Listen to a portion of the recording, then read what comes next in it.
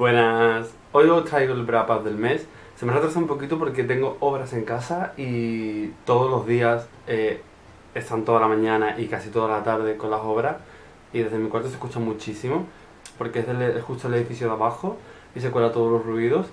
Y estoy grabando un domingo y pensaba que no iba a haber obras, pero también, yo no sé en qué empresa trabaja los domingos, pero también. El caso que hoy os traigo el wrap up, leí un total de 5 libros, aunque del primero no os voy a hablar mucho porque es Jane Eyre y ya hice reseña de La Fronte en el canal, así que os dejaré por aquí el vídeo, ¿no?, de la reseña de La Fronte. Después de Jane Eyre leí un libro que llevaba muchos años queriendo leer y me maravilló, y menos mal que me maravilló porque es de esos libros que tienen muchas expectativas porque lleva muchos años queriendo leer, ¿no? Y si luego no está a la altura, aunque sea bueno, si no está a la altura de las expectativas ya no te gusta, ¿no? Y es un poco arriesgado, ¿no? Pero bueno, el caso es que se pasó la prueba y me encantó. El libro en cuestión es Misery de Stephen King. Se ha puesto en el top junto a It de mis libros favoritos de Stephen King. Aún no he decidido cuál de los que me gusta más. Creo que quizás este es más redondo, en el sentido de que no hay nada que no me guste del libro. Pero creo que la historia de It es más completa. Pero hay cosas que no me gustaron. Entonces no sé muy bien cuál de los que me gustó más. El caso, Misery nos presenta la historia de Paul Sheldon, que es un escritor muy famoso que de viaje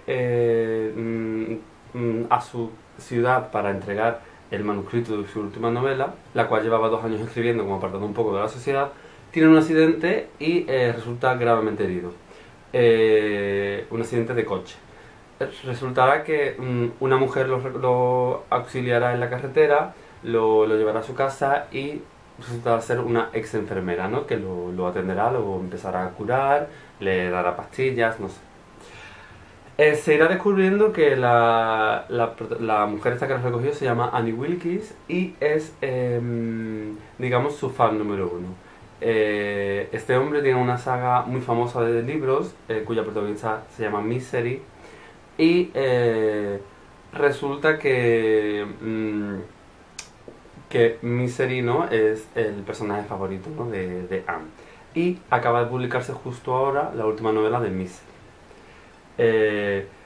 La novela nueva que el Paul estaba escribiendo, que acaba de terminar, ya no era de Misery, puesto que la última novela de Misery acaba de una manera como que cierra la saga, ¿no? Eso no le sentará nada bien a Annie Wilkes y ahí empezará un poco la trama a girar. Y no me gusta desvelar mucho del libro porque realmente no es que tenga una trama muy larga, ¿no?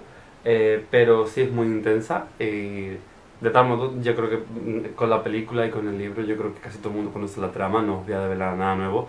Lo que más interesante me pareció es que hace poco hablé de Annie en el vídeo de las villanas y creo que es lo más guay del libro, ¿no? No sé si os pasa a ustedes que a veces veis libros con villanos muy estereotipados, muy típicos, ¿no? Es maltratador porque de chico sufrió bullying, o de chico su padre lo maltrataba, o de chico su padre bebía alcohol. No sé, ese tipo de villanos que están súper estereotipados y siempre le buscan una razón obvia y facilona a su locura actual, ¿no? Y me pareció que Annie era un personaje súper original, súper bien definido, súper bien creado, que se roba el protagonismo de la novela. A mí me parecía muchísimo más interesante los capítulos donde Annie salía. Había capítulos en los que Paul pensaba y no aparecía Annie, simplemente la pensaba, ¿no? Y mis capítulos favoritos sin lugar a dudas donde Annie actuaba y hacía cosas, porque te ponía una especie de tensión continua en la que tú nunca sabías lo que podía pasar, y eso es muy interesante, ¿no? Cuando una novela consigue mantenerte, ¿no?, en ese continuo nerviosismo, ¿no?, de qué va a ser ahora, qué va a liar, no sé si me explico, pero creo que es un personaje que está extremadamente bien definido y, como os dije, la puse en mi top 1, ¿no?, de villana. Pero además creo que como personaje, simplemente, sea malo o bueno, creo que es uno de los personajes mejor definidos que he visto. Para todo aquel que crea que Stephen King es un autor bestseller, comercial y nada más, creo que este es el libro perfecto para que lea, para que se dé cuenta de que no, porque Stephen King es un autor con éxito, un autor que escribe mucho, e imagino que no toda su bibliografía tenga la misma calidad. De hecho, yo he leído mucho y lo que he leído, muchos son de muy buena calidad y otros se quedan a medio camino. tampoco son malos bajo mi punto de vista, pero bueno, no llegan a nivel de Misery. Pero es un autor que no porque tenga éxito o porque sea comercial, entre comillas, entiéndase comercial por lo que quiera, no que tenga menos calidad, ¿no? Y Misery es la prueba de que este es un hombre con muchísima calidad literaria. El tercer libro que leí este mes fue un libro que llevaba mucho tiempo queriendo leer,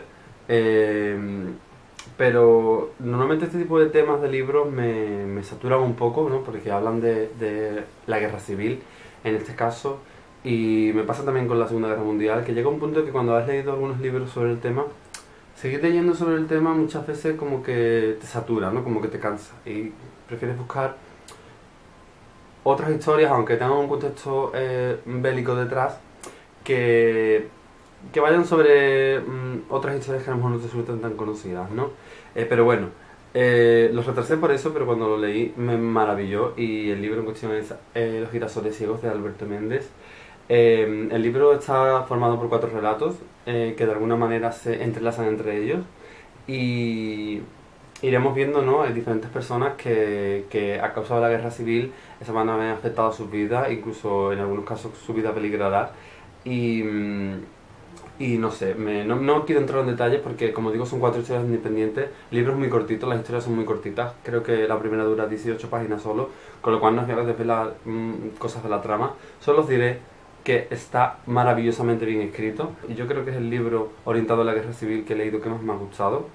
Eh, Me pareció muy curioso que el autor, Alberto Méndez, es la única novela que escribió y me parece más curioso aún que la escribió con 62 años y un par de meses después murió. Y es una pena porque tiene una calidad literaria, un estilo a la hora de escribir y una sensibilidad que te deja un pozo súper grande. A mí este libro me dejó un pozo enorme. Me pareció maravilloso. La única pena y la única pega que le pongo es que sea tan cortito, porque con la forma de escribir de ese hombre y la manera de atrapar al lector, es una pena que se haya quedado solo en esto, ¿sabes? Solo en este libro y punto. Me gusta mucho la gran crítica que se hace a la iglesia, porque normalmente, sobre todo, bueno, en el libro es un poco más libre, ¿no? Pero en el cine muchas veces veo, cuando veo una película ambientada en la guerra civil, siempre veo el papel de la iglesia en ese tipo de cosas como muy de segundo plano y evidentemente es obvio que la religión siempre ha jugado un papel muy importante en la guerra y normalmente siempre es propicia más guerra que la apacigua, ¿no? Y el papel de la iglesia de la guerra civil fue muy evidente y en ese libro se refleja perfectamente. El personaje del hermano Salvador es de los personajes más horribles y asquerosos que he visto en mi vida. Y mira que el personaje aparece en un relato de los 4, es el relato más largo, pero aún así es un relato. Y fue uno de los personajes más horribles que yo he leído en la literatura, os lo juro. Fue, si tuviera que hacer un top de peores villanos, pero no de villanos que te gusten, sino villanos que te desagraden hasta el extremo, ese estaría probablemente en el número 1 porque fue horrible. El cuarto libro que leí fue Mejor la ausencia, de Edurne Portela. Este es el primer libro de ficción de Edurne. Tiene anterior, creo que tiene una especie de ensayo. No lo he leído, pero me gustaría leerlo porque me encantó Mejor la ausencia. Me encantó la forma de escribir de Edurne. Me encantó la habilidad para resultar creíble, que muchas veces no todos los autores tienen esa habilidad. Mejor la ausencia trata sobre una familia en los años 80 en País Vasco que, que se verá envuelta en una relación, ¿no? de violencia realmente entre toda la familia, porque el padre será un maltratador, ¿no? Y maltratará a la madre. Y en algunos casos incluso a los hijos. De alguna manera la madre no sabrá tomar el rol de proteger a sus hijos y permitirá que el padre consiga que todos desarrollen una manera de expresarse a través de la violencia, ¿no? Que lo separará, ¿no? Y los convertirá en personas solitarias, ¿no? En personas violentas por naturaleza. Y verán eso, ¿no? La violencia como la única manera de expresarse, ¿no? El único lenguaje que conocen. La historia nos narra la vida de Amaya, sus 3 hermanos, su padre y su madre. Como he dicho, el padre es maltratador y la madre tendrá una cierta dependencia del padre, sobre todo económica, pero no económica en el sentido de que no tuviera dinero, sino económica en el sentido de que está acostumbrada a ciertos lujos que el padre le permite, ¿no? Un nivel de vida, que cuando el padre se va, el padre tiene unas apariencias intermitentes porque no siempre está en casa, de hecho cada X años vuelve, pero la madre nunca quiere dejarlo, ¿no? Enganchada a esa economía, ¿no? Entonces esto me hizo empatizar muchísimo con sus hijos, porque de alguna manera los hijos veían al padre cada X meses o X años, pero veían a la madre siempre y la madre no permitió, no quiso salvar a sus hijos de ese lío, ¿no? Entonces me hizo empatizar muchísimo con los hijos, pero no con la madre. No entendí nada del papel de la madre, no entendí el sentido de su forma de ser. No digo que estuviera mal creado, digo que la persona, que habrá millones de personas así, no me resultó entendible, que no creíble. Creíble me resultó, pero no entendible. La historia empieza a contarse desde que Amaya tiene 5 años hasta que Amaya es una mujer adulta de, no sé si 35. Y la narra ella, la historia, y me pareció muy interesante cómo la autora consigue que el libro resulte creíble al principio, narrado por una niña de 5 años, y que está narrado como si lo estuviera narrando una niña de 5 años, como lo narraría una niña de 12, una adolescente de 15, una muchacha de 20 y una mujer de 35. Las maneras, ¿no? La forma de expresarse de cada una de las etapas de esta mujer son súper creíbles, no resulta nunca nada impostado. Y he leído muchos libros en los que el autor quiere dar una narración infantil y a lo mejor es la misma narración infantil durante todo el libro y no lo consigue, queda falso, queda resabido, te presentan niños que piensan como si fueran adultos y no es real. Pero sin embargo Durne consigue en una misma novela tener diferentes narradores, porque realmente son diferentes narradores, porque una niña no se expresa ni piensa igual con 5 años que con 13, y resulta creíble todo el tiempo. O sea, el crecimiento de Amaya es posiblemente el mejor crecimiento que yo he visto nunca en una novela. Creo que nunca he visto un crecimiento tan bien creado y tan creíble, narrado en primera persona, en ninguna novela. Y para mí eso fue el punto fuerte. Luego es muy interesante también que todo esto ocurre con el telón de fondo, ¿no? de ETA, ¿no? Y de la heroína, ¿no? En los años 80, pues imaginaros, la heroína en su auge, ETA también. Me pareció muy interesante porque yo nunca había leído nada que tuviera de fondo, digamos, el movimiento ETA, ¿no? De cómo surgió, cómo avanzó, ¿no? Hasta el punto que llegó. Y si bien no ahonda mucho, no ahonda demasiado, sí te da algunos retazos para que tú entiendas cómo se tuvo que vivir allí, cómo fue el proceso, ¿no? Y qué implicó, ¿no? El último libro que leí también fue bastante intenso, ¿no? Y bastante profundo. Fue Lengua Materna, de Suzette Aden-Alguin, creo que se llama. Tiene un nombre un poco extraño esta mujer. El caso es que el libro es una distopía que habla sobre un receso, ¿no? En los derechos de las mujeres, y nos encontramos ante una distopía en la que las mujeres han perdido valor y derechos, y digamos que su presencia es un mero uso y disfrute de los hombres, ¿no? No sirven para nada más. Son como objetos, como herramientas que los hombres usan pues para ganar dinero, para usarlas como lingüistas, para, no sé, sirvientas, en fin, ese tipo de cosas, ¿no? Nos encontramos ante una sociedad, ¿no? Hiper mega avanzada en tecnología, la que el ser humano tiene contactos habituales con alienígenas, ¿no? Y hay una especie de comercio entre ellos, ¿no? De bienes de un planeta a bienes de otros, ¿no? Y digamos que la sociedad se divide en dos tipos de personas.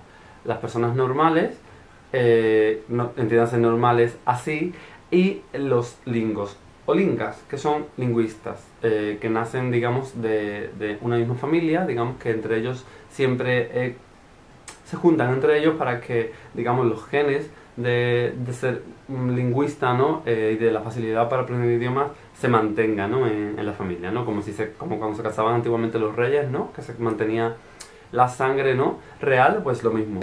Las mujeres, tanto en la sociedad normal como en la sociedad lingüista, sirven para lo mismo. No tienen ningún tipo de derecho, no tienen ningún tipo de voz, simplemente pues, son usadas para trabajo, etcétera, etcétera, etcétera. Había una pareja, ¿no?, en el que el marido narraba ese capítulo, porque los capítulos están narrados desde diferentes ópticas cada uno, ¿no? Y había una escena en la que la mujer suya, él la alababa mucho diciendo que era una mujer muy buena, que servía muy bien en la cama, que era muy guapa, que siempre estaba toda la casa muy limpia.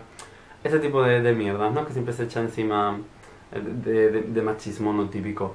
Pero me hizo mucha gracia pensar que el mismo hombre pensaba que ella era así porque le gustaba, no porque se sentía obligada, y que él se sentía como muy escuchado por ella y no se sentía igual de respetado en la calle por sus compañeros de trabajo, pero sí por ella, y él entendía que ella lo escuchaba tanto y no hablaba y lo respetaba y ni siquiera pronunciaba palabra para que él hablara. Entendía que era por placer, ¿no? Que ella, es que ella le nacía, ¿no? Y pensé, ¿hasta qué punto habrá personas y hombres realmente que piensen que sus mujeres están contentas de esa opresión, ¿no? De esa vida machista?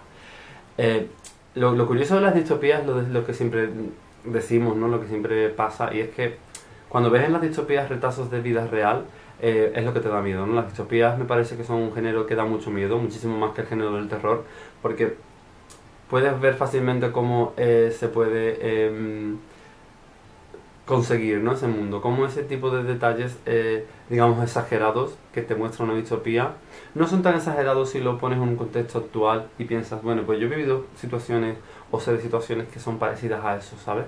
Y no es tan difícil, no es tan irreal. Lo interesante del libro, y por eso se llama Lengua Materna, es que las mujeres descubren que de alguna manera la única lucha que tienen contra los hombres es crear un idioma propio. Como he dicho, este es un mundo en el que ser lingüista es algo muy importante, ¿no? Porque define la barrera entre tener comercio con todo el planeta o no.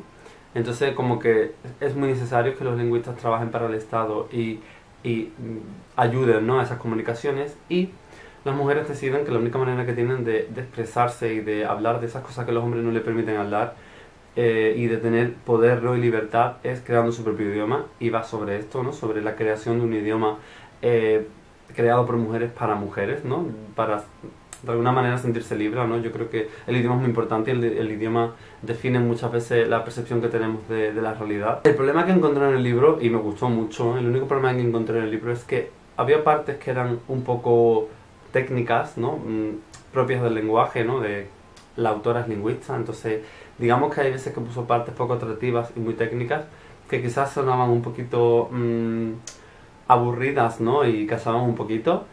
Y que resulta que es una trilogía. Y claro, digamos que no termina de romper la historia en este primer libro. Como que es una antesala, ¿no?, para lo que va a venir después. Y claro, el segundo libro es muy difícil de encontrar en España. Y el tercero ni siquiera está traducido al español. Y es como un poco, ¿ahora qué hago? ¿Ahora cómo acabó la historia? Porque no es un libro cerrado, es un libro que cuando va a explotar, acaba. Hasta aquí el wrap-up de este mes. Y nada, que como siempre, gracias por suscribiros, gracias por comentarme, que nada, que me digáis si habéis leído alguno de estos libros, que os ha parecido, y que hasta el próximo vídeo.